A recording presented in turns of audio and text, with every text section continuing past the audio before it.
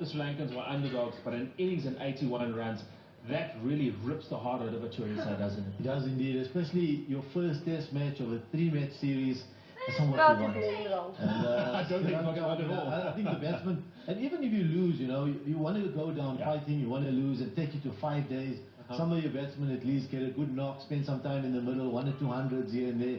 And it just didn't happen for the Sri Lankans. But I think all credit has got to go to Steyn and Philander in particular, particularly Philander. And you mentioned the fact that his first 3 test matches has been absolutely phenomenal. Just the way he's bowled, his spirit, he hustles up to the wicket and he's always there. He bowls a probing line in legs, just so difficult to get away.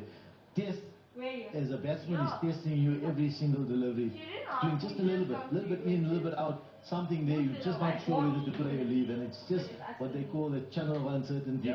But he's doing a little bit with the ball all the time. Well, I think we can read a lot into the nickname that is actually given to Vernon Philander. They're calling him Vern McGrath.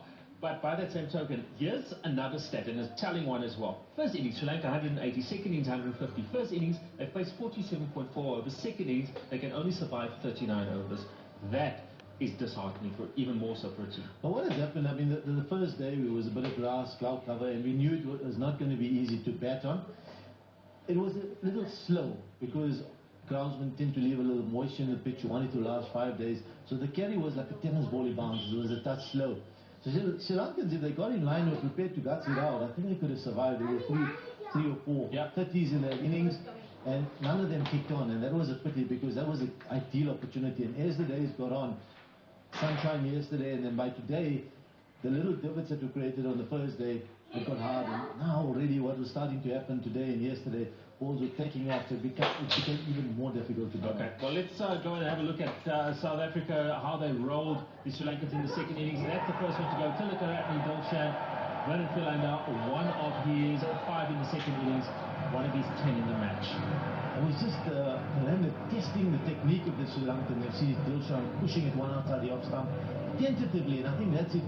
You want to be decisive with your foot movement, especially in that type of channel that Philander tends to bowl in, and that didn't happen from Dilshan. He was very tentative, pushing at it, pushing outside the off stump, half-heartedly opening the blade of the bat. Really, if you play as undecisively as that, you're going to nick off every time. That's two right there. So Vernon Philander testing the batsman all the time. South Africa hit their straps very early on, and they didn't give the Sri Lankans a chance to go away or to get away at all. So here's the next one. This is Dale Steyn, and he's just nipping it across the left-handed Paranabhitana. Dale Steyn somewhat overshadowing this, but I don't think he minds that very much, does he? Bowling is also about partnerships, and I think with two bowlers like Steyn and Philander are really clicking. They're bowling nicely as a pair, and that partnership gets going. It becomes very difficult for batsmen to really survive both ends, and I think Steyn will actually relish this. He'll perform, and you can see the person as he picked up 4 wickets here as well, picking up a couple. So he's going to really enjoy this as well, because there's so much pressure from the other end.